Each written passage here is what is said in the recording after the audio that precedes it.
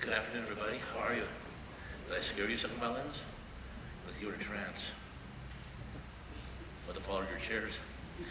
My name is Steve Benham. I live in Pittsburgh, Pennsylvania. Do you know where Pittsburgh is? It's that way, right north. Good. Thank you for coming all the way down to Festival Disney. It was a pleasure to hear you and your orchestra and to hear the excellent teaching through your playing that you are receiving. And obviously, he can wave his arms all he wants, but you have to play and produce the notes and make it work. That's a very good thing. Did you enjoy this music? It seemed like you did. Okay. Some general thoughts for you. First of all, you play with great passion and great energy. And music, more than anything, has to communicate passion, energy, and feeling. You want people to get chills, or you want them to cry or feel something, right? And I felt like you invested in your music that way. That's excellent. Now, don't smile. Please do not be happy. I do not, yeah, just very serious the whole time. All first one, very serious is very serious business. Yeah, all right. The first thing I would think is I might, just for balance purposes, I might move your basses over about 10 feet so that they're between the cellos and the violas. And the reason is that the sound is going that way. So go ahead and do that. Come on over. It will take you approximately 1 minute and 12 seconds to do that. It's an exceptional group. We'll do it faster. Yeah. This is really going to help and change the sound of things. And then the second thing that I might do is give yourself a little bit more space. So can you just move over a little bit that way, these violins right here? Yeah, thank you. Because you need space for the sound to grow, right? You need bowing space without skewering each other with your bow. You can come this way just a little bit. Come over a little bit and come over here. Right. Good. Thank you. Please open up the Dvorak, which this is one of the greatest works of all times. Okay, may I ask your name? Vincent? Vincent, you said that was like a question. Okay, I asked you your name. Is it Vincent? I don't know. Is that your name or not? You sure? How do you know? Because what? Have you seen it? Okay. All right. So, Vincent, would you please play the beginning for me with all the right? Just the first two notes. Good. Would you take a breath because I'm afraid you're going to pass out? Thank you. What's your name? Alex. Okay. Hi, Alex. I'm Steve. Nice to meet you. Would you please play the first two notes? Okay, are those the same or different, everybody? They're different. What's your name? What? Grant. With a T. You have to enunciate the T. Grant.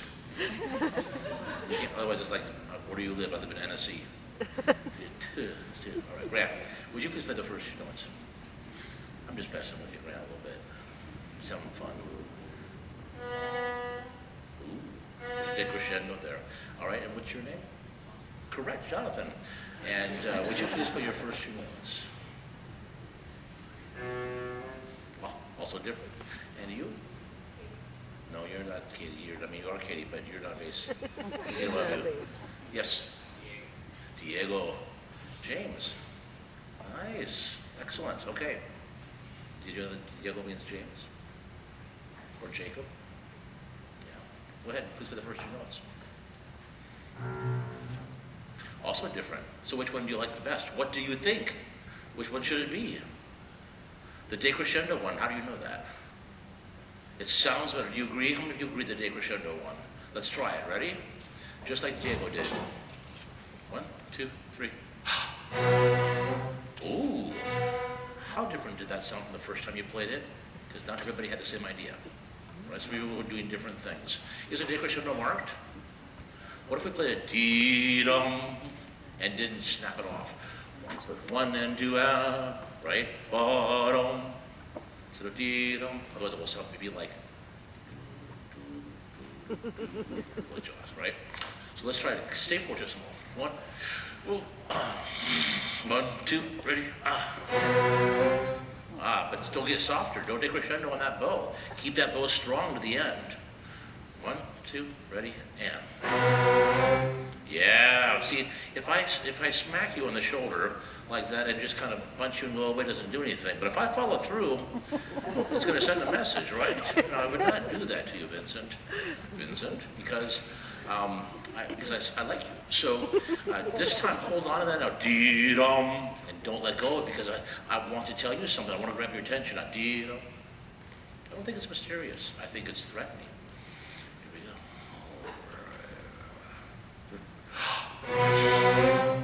Okay, so mess with that. Try it. See what you think. The next thing I would say is this. Jonathan, may I borrow your cello, please? Thank you. Any physics fans in here? Yes. Okay, what can you tell me about Newton, Sir Isaac Newton?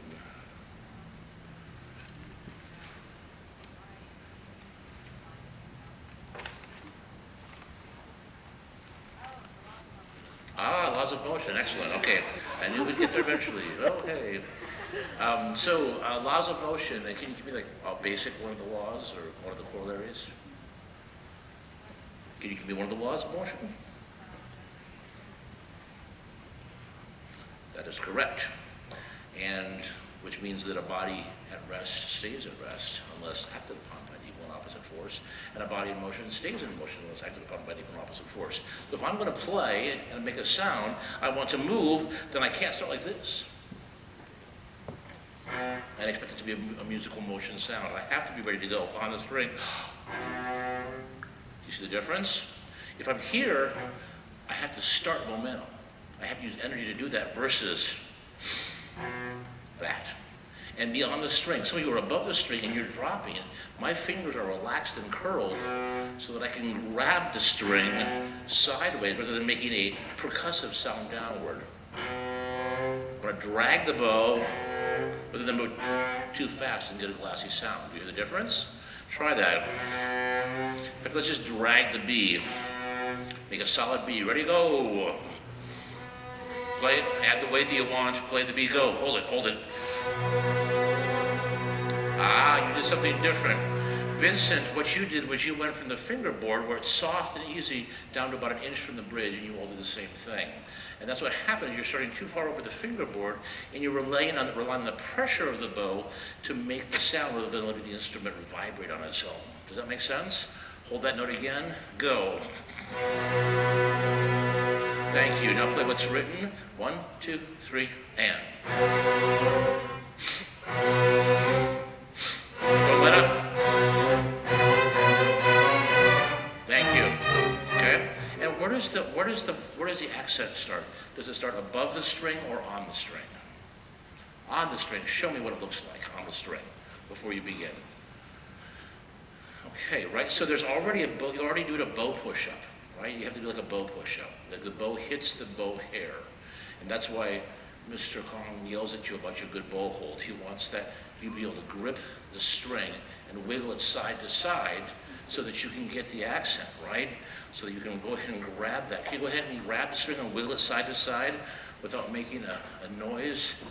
And on the German bow back here, we're going to go this way, right? So that when I release that weight, I have the accent. So let's just try one single B with an accent. Here's what I'm looking. May I borrow your bass? Thank you, Diego. So it's, hear that? I don't have to do much work. I just simply put the weight into it, and I release that weight. Push it starts. Here we go. Ready? Show me the accent. Go. Bow's moving too fast. It's a slow bow. Ready? Go. No, you've got it. Okay, now play the accents. Dee-dum, dee-dum, dee-dum, dee-dum, and set before every accent. 2, 3, and 4, and set. Yeah, so measure 3. 1, 2, 3, 4. Set. Set. Set. Set. Set.